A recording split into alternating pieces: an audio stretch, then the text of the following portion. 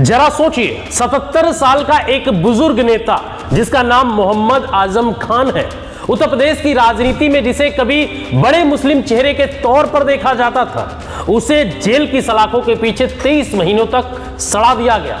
सवाल यह है कि क्या वाकई आजम खान इतने बड़े अपराधी थे कि उन्हें जेल में ठूसना पड़ा, या फिर राजनीति की किताब में उन्हें उदाहरण बनाना था। सरकार कहती रही आजम खान पर मुकदमे हैं, लेकिन सवाल यह उठता है कि 93 मुकदमे सिर्फ रामपुर में, और वो भी ज्यादातर 2017 के बाद क्यों? योगी आदित्यनाथ जी, क्या यह महज इत्तेफाक है कि आपके मुख्यमंत्री बनने के बाद आजम खान पर 90 केस दर्ज हो जाते हैं, और वो भी ऐसे ऐसे आरोप की सुनकर हंसी और गुस्सा दोनों आए?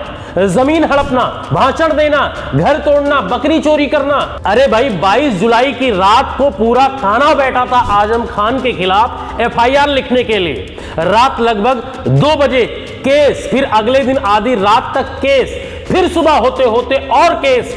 सवाल है, क्या यूपी पुलिस सचमुच अपराध रोकने में लगी थी, या रात दिन आजम खान के खिलाफ चार्जशीट बनाने में? अब आप सोचिए, अदालत ने एक एक करके सब मामलों में जमानत दे दी। अगर सबूत पुख्ता होते तो 23 महीने बाद आजम क्यों बाहर आते? हकीकत यह है कि सरकार की नफरत अदालत की चार दीवारी में टिक नहीं पाई। लेकिन फिर भी खेल खत्म कहां हुआ? 17 सितंबर को कोर्ट से राहत मिलती है और अगले ही पल सरकार नई धाराएं जोड़ देती है। शत्रु संपत्ति का मामला। सवाल है, क्या सरकार अपराधियों से लड़ रही थी या विपक्षी नेताओं को कुचल रही थी? और फिर जब 20 सितंबर को रामपुर कोर्ट ने ये धाराएं भी खारिज कर दी, तो असलियत सामने आ गई कि सब कुछ सियासी बदले का हिस्सा था। अब सोचिए, जब रिहाई का वक्त आया तो उसमें भी पेच फंसा दिया गया। वजह, जी हां, वजह 6000 का चालान। 2 चालान ना भरे होने पर रिहाई रोक दी गई। वाह सरकार वाह! 23 महीने जेल में डालकर आखिर में 6000 की पर्ची पर रिहाई रोकी गई। अदालत का फैसला भी मिल गया, सब औपचारिकताएं पूरी हो गई, लेकिन सरकार का दिल अब भी नहीं भरा। सवाल है, क्या यह न्याय है या राजनीतिक प्रताड़ना का सबसे घटिया चेहरा? जेल के बाहर का नजारा भी देखिए। हजारों समर्थक मौजूद, लेकिन प्रशासन ने धारा 144 लगा दी। ड्रोन कैमरे लगाए गए, बैरिकेडिंग कराई गई, 100 अतिरिक्त पुलिसकर्मी तैनात किए गए। यानी सरकार को डर था कि एक बुजुर्ग नेता की रिहाई कहीं जन समर्थन की बाढ़ न ला दे। सवाल उठता है, क्या सरकार विपक्ष से डरती है या फिर जनता से? अब आते हैं राजनीति पर। असली सवाल यह है कि आजम खान करेंगे क्या? क्या वो समाजवादी पार्टी के साथ खड़े रहेंगे, या मायावती की बिखरी जमीन समेटेंगे, या चंद्रशेखर आजाद के साथ मिलकर नया मोर्चा खोलेंगे? अखिलेश यादव का रवैया भी कम सवालों से भरा नहीं है। आजम परिवार लगातार कहता रहा कि सपा ने उनके साथ वैसा साथ नहीं दिया जैसा देना चाहिए था। तंजीम फातिमा के बयानों में यह भी झलकता है कि सवाल उठता है, अगर आजम खान के सबसे मुश्किल वक्त में पार्टी चुप रही, तो अब बाहर आने के बाद क्या वो उसी पार्टी के लिए लड़ेंगे? लेकिन फिर दूसरी तरफ तस्वीर यह है कि आजम खान सपा के संस्थापक नेता हैं। उन्होंने अपने खून पसीने से पार्टी को खड़ा किया। जेल से रिहाई के दिन सपा नेताओं का जत्था वहां मौजूद था। जिला अध्यक्ष से लेकर विधायक, सांसद तक सब नारे लगा रहे थे, आजम खान जिंदाबाद। सवाल यह है, क्या ये नारे सिर्फ दिखावे थे, या पार्टी में आजम खान की सियासी पकड़ अब भी बरकरार है? बसपा ने भी खुलकर न्योता दे दिया, हमारे साथ आ जाइए कह रहे हैं, और चंद्रशेखर आजाद तो जेल में जाकर मुलाकात कर चुके हैं। सवाल यह है कि अगर आजम सपा से अलग होते हैं तो इसका सीधा फायदा किसको होगा?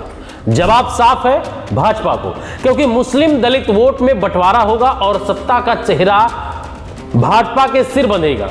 तो क्या आजम इतनी बड़ी गलती करेंगे?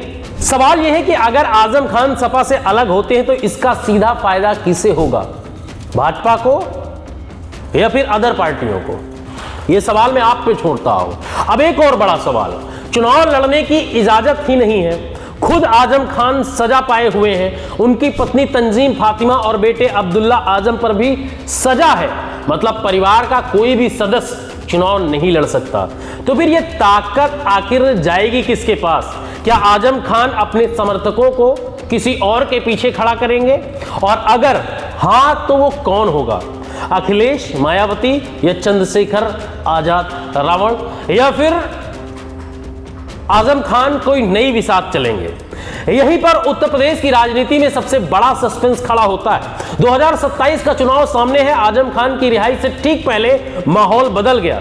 पश्चिमी यूपी जहां उनका दबदबा था, वहां मुस्लिम वोटर अब टकटकी लगाए देख रहा है कि हमारा नेता किस ओर जाएगा। सवाल यह है, क्या यह रिहाई विपक्षी एकता का सूत्रधार बनेगी या फिर भाजपा के लिए नया मौका देगी? योगी आदित्यनाथ जी, आपसे भी सवाल है।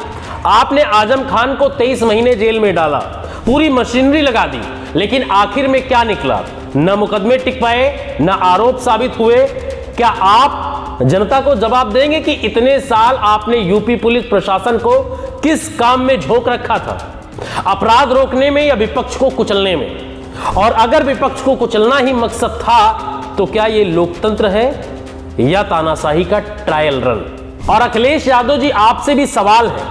जब आपका सबसे पुराना साथी सलाखों के पीछे था, तब आपकी आवाज कितनी बार गूंजी?